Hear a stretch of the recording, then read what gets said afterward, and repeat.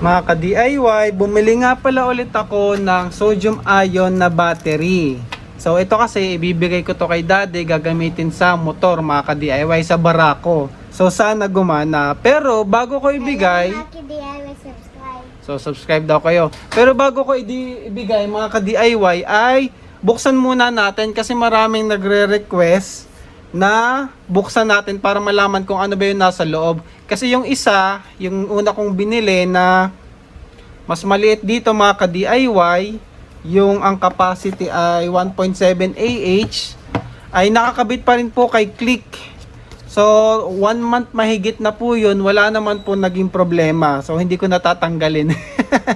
So bumili ako ng bago, ito yung version na 12 and 6.5L. So tatry ko kung kasya to sa barako na motor at kung kaya niya. So ang capacity nito ay 2.5 AH, 2.55 AH mga ka-DIY. So buksan natin para makita natin kung ano ba yung itsura ng battery na ginagamit sa sodium ion na motorcycle battery. Kasi may nagsasabi super capacitor lang daw ang laman. So tingnan natin, malalaman natin mga ka-DIY. Siya nga pala, ito yung isa kong battery na tinanggal ko doon kay Honda Click kasi nga nilagay natin yung sodium ion na bagong battery. So ito ipapag-giveaway ko na lang mga ka-DIY kesa naman nakatambak lang dito sa bahay. So ayan, meron niyang BMS, tapos 6AH at meron pang active balancer mga ka-DIY. So paano nyo to mapapanalo ng mga ka-DIY ay syempre comment lang kayo. Battery. So comment lang kayo battery mga ka-DIY. So magra-raffle tayo para sa inyo sa inyo na lang tong 6AH na to na hindi ko naman na magagamit. So sa inyo na lang mga ka-DIY. So goods na goods to kasi matagal ko tong ginagamit sa aking Honda Click mga ka-DIY. So ayan, buksan ko muna to.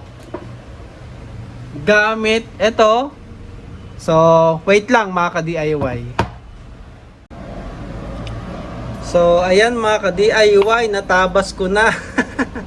So ayan, dami tuloy miss dito. Pero ito, naputol ko na siya. Nung nabuksan natin, ito na yung bubungad sa atin mga ka-DIY. 18650 siya, sodium ion.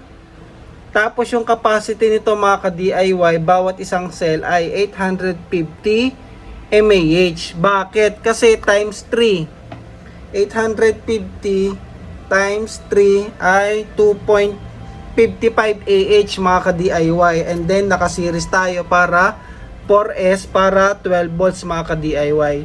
So dun sa isang binili natin yung 1.5 AH, tingin ko dalawa yun ito kasi 850 times 2 1.7 yun, 1.7 pala. So dalawa, 4S 2P yung isa, ito naman 4S 3P mga ka-DIY. Hindi ko lang matanggal kasi naka-glue siya. Ayan, nakikita nyo yung sa ilalim na yan. Glue po yan. So, hindi natin matanggal yung battery. Ay, ayun, matatanggal pala. Papersahin ko lang mga ka-DIY. Ayun, oh, nahugot. Ayan, nahugot ko na. So, ito yung cells mga ka-DIY. Tingnan natin kung ano yung makikita natin ng markings. So, ayan, ito malinaw. Ayun nga, 850 mAh. So, 650. Tapos, sodium ion to. Kasi, ang liit lang ng capacity, mga ka-DIY, no? So, check natin yung barcode na yan. Tapos, wala kayong makikitang BMS. Kasi nga, hindi na niya kailangan ng BMS. Pwede kasi itong ma-discharge ng 0 volts, mga ka-DIY.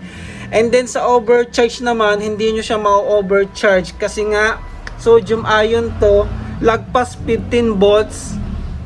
Kasi ano lang nga yun, 4.65 ata to times 4, ay hindi, 4.4 times 4. Check natin. Kasi nga yung full charge ng sodium ion ay mataas mga ka-DIY.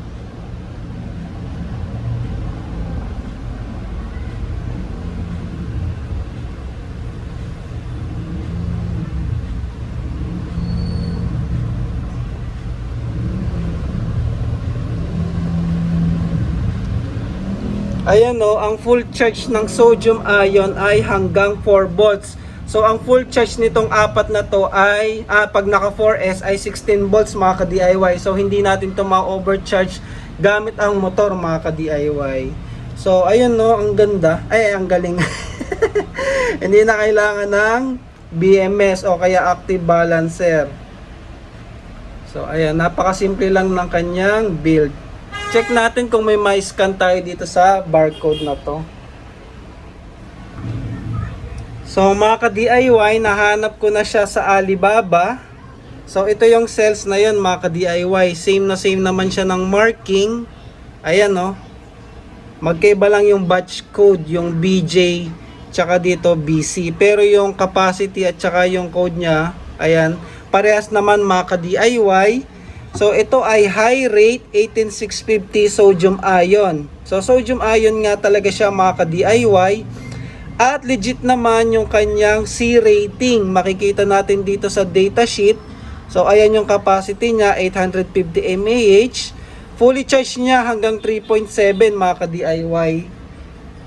So 3.7 times 4, o di ba? Halos 15 volts mga ka-DIY. So goods na goods, hindi yan ma-overcharge. And then yung ating C rating, yun yung titingnan natin kasi yun yung importante sa paggamit natin sa kanya as starter battery mga ka-DIY.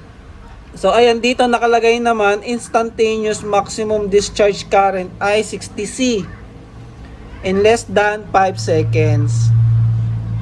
So less than 5 seconds. So kung meron tayong ilan nga to? 2.55 times 60. So kaya nito 153 amps mga ka-DIY. Kayang-kaya talaga mag-start ng motor. So nakalagay naman yun dito sa specs din eh. Ayan no. Maximum 153 amps. Ayan no. Kasi 2.55 times 60. Ayan. 153 amps. Kayang-kaya niya i-start yung motor. Ngayon, susubukan natin to sa pang tricycle. So, update ko na lang kayo doon mga ka-DIY, no? Kay Daddy na motor. Nasa Bulacan kasi yun eh. So, ito, nandito to sa Taguig. Binuksan ko lang para makita natin mga ka-DIY. So, yung isang version, ulitin ko, yung isang version po nito, ayan, yung 4L, 5L, ay 8 piraso. Itong mas malaki naman, 12 na piraso mga ka-DIY. Kasi nga, 850 bawat isa. Yung isa ay 1.7 AH. Ito naman dahil tatlo ay 2.55 AH mga ka-DIY, 'di ba? Ang liit ng capacity niya mga ka-DIY pero super lakas ng current niya. So high rate sodium ion battery kasi ito mga ka-DIY. Nakalagay naman sa specs niya ay na high C rating talaga siya. Ayan no, 60C. So mataas talaga yung kayang discharge nito mga ka-DIY. Kaya nga yung pangalan niya dito ay high rate. Kasi merong sodium ion na mas mababa dito. Parang sa lithium polymer lang din naman yan eh. Kasi may mga lithium polymer na matataas din yung C rating. Yung mga ganitong battery mga ka-DIY, merong matataas yung C rating. Sa sodium ion ganun din, meron ding mga version na matataas yung C rating. So since yung application nito ay sa motorcycle battery, dapat talaga mataas yung C rating na gagamitin. Kahit mababa yung amp hour niya, ang importante yung C rating mga ka-DIY. So yun lang muna sa video na to. Kung may tanong pa kayo, comment lang kayo mga ka-DIY. At yung ating giveaway, comment lang kayo battery mga ka-DIY. Papag-giveaway natin to. So legit yan, gamit ko talaga to. So ayun o, ayos na ayos pa yan. Madumi lang kasi syempre nakakabit sa motor eh. Pero goods na goods to mga ka-DIY. So yun lang muna para sa video na to. Maraming salamat and thank you for watching.